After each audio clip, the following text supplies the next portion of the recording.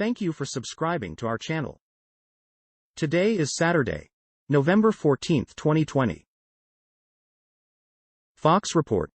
6-year-old German student's sketch wanted hit-and-run driver for police.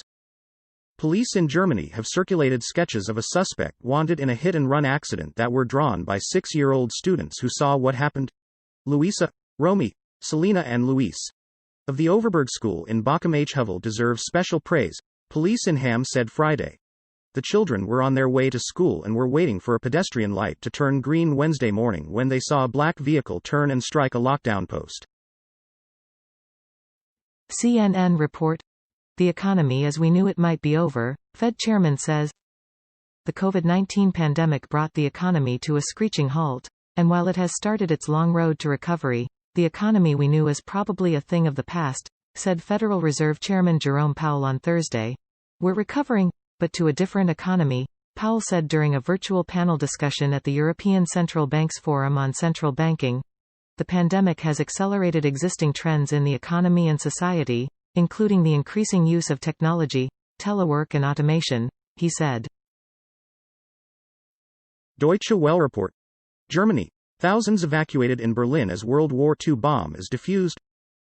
About 7,500 people in Berlin were evacuated from their homes on Saturday while the authorities defused a World War II bomb. The 250-kilogram, quarter-ton, bomb was discovered in the Kreuzberg region of the German capital during construction work, Berlin police said. Authorities evacuated the area beginning 8 o'clock a.m. local time 7:00 UTC Saturday morning and set up a 300-meter, 1,000-foot radius around the bomb. BBC report. COVID. Romania hospital blaze kills at least 10 infected patients. The blaze broke out in the intensive care unit of the public hospital in the northeastern city of Piatra Neamț. One doctor who tried to rescue patients is said to be in a critical condition after suffering serious burns. Romania's health minister Nelu Tătaru told local media the fire was, most likely triggered by a short circuit. Mr. Tătaru said that other COVID patients being treated at the hospital were being transferred to another facility in the city of Iasi. Al Jazeera report. Ethiopians fleeing Tigre war recount horrors as fighting rages. Ethiopians seeking refuge in neighboring Sudan have described the horror of intense fighting in Ethiopia's northern Tigre region, where deadly battles between federal government troops or rebel forces have sparked international alarm. With a communication blackout and severed transport links in much of the rest of state, the accounts by exhausted and terrified refugees pouring across the remote frontier into Sudan provide some of the first witness accounts of the 10-day conflict, which has reportedly killed hundreds of people. CNN report. Tropical storm Iota forecast to hit storm-ravaged Central America as a major hurricane early next week. Tropical storm Iota could strengthen into a major hurricane in the Caribbean and slam into Central America early next week, the very region already devastated by Hurricane Eta earlier this month, forecasters say. Iota, which formed Friday at sea, was centered in the Caribbean about 495 miles east-southeast of the Nicaragua-Honduras border with maximum sustained winds of 40 miles per hour as of 10 a.m. ET Saturday, the U.S. National Hurricane Center said. Al Jazeera report. Still defiant, Trump greets crowd of supporters in U.S. Capitol. Donald Trump has greeted hundreds of supporters in the United States Capitol on Saturday, as the president still refuses to concede defeat to Democratic President-elect Joe Biden following the November 3 election. Trump was met by cheers and applause as his limousine drove from the White House onto Pennsylvania Avenue on Saturday morning. Some attendees climbed walls and other structures for a view of the president's motorcade as it did a circuit around nearby Freedom Plaza. BBC report. Coronavirus. Austria locks down as new wave grips Europe. Chancellor Sebastian Kurz has urged Austrians not to meet anyone from outside their household in an attempt to curb a rapid rise in COVID cases. He said schools would close and students would learn from home when new measures come into force on Tuesday. Austria reported a record number of 9,586 new daily infections on Friday. That figure was 9 times higher than at the peak of the initial wave earlier this year. Fox report. Texas paramedic rescues dog that fell off 70-foot cliff. A dog named Stout lived up to its name after, miraculously, surviving a plunge off a 70-foot cliff in Texas. An emergency medical service called the rescue of the pet a scary story with a happy, feel-good ending. It happened Thursday near the Pennybacker Bridge Overlook in Austin, according to Austin-Travis County Emergency Medical Services.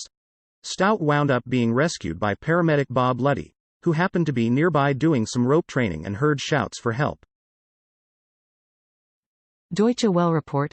Afghanistan, mastermind, behind Kabul University attack arrested. Afghan forces have the mastermind behind a brutal attack at Kabul University earlier this month, Afghanistan's intelligence agency said on Saturday. 3 gunmen stormed the university's campus in broad daylight on November 2, spraying bullets into classrooms. At least 22 people were killed and 27 more injured before Afghan forces fatally shot the attackers. The assault came just days after 24 people were killed in a suicide bomber attack at the Kausar-e Danish Education Center in the Afghan capital.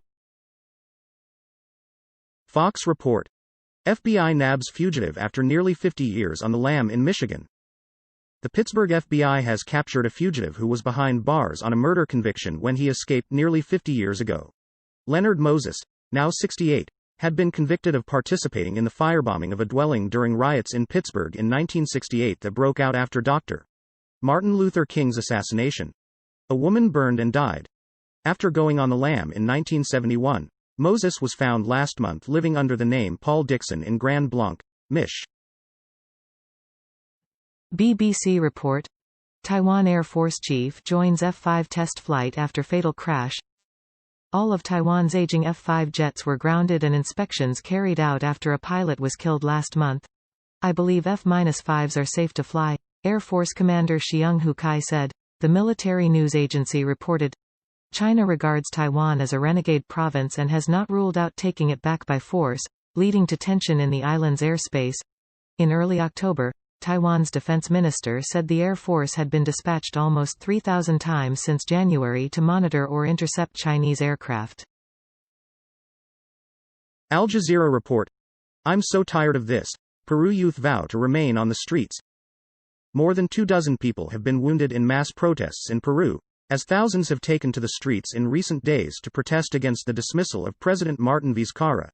Citing police and rights groups, Reuters news agency reported that at least 27 people, including 11 police officers, were hurt in clashes between police and protesters, who have held mass rallies in the capital, Lima, and across the country.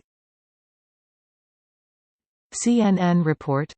Samuel Alitos' viral speech signals where conservative Supreme Court is headed. There's no secret to what Supreme Court Justice Samuel Alito wants for the law in America. He said it out loud Thursday night in an ireful speech to the Conservative Federalist Society.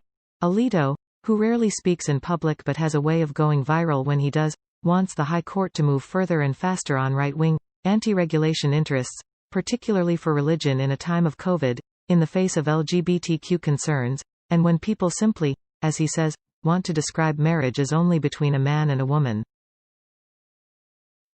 Deutsche Welle report. Armenians torch their own homes outside Nagorno-Karabakh.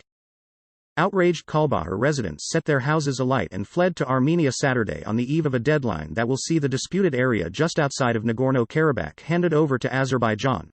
The town of Karabakh and its surrounding district are to be returned to Azerbaijani control on Sunday under the ceasefire which was signed on 9 November by Azerbaijan President Ilham Aliyev, Armenian Prime Minister Nikol Pashinyan and Russian President Vladimir Putin.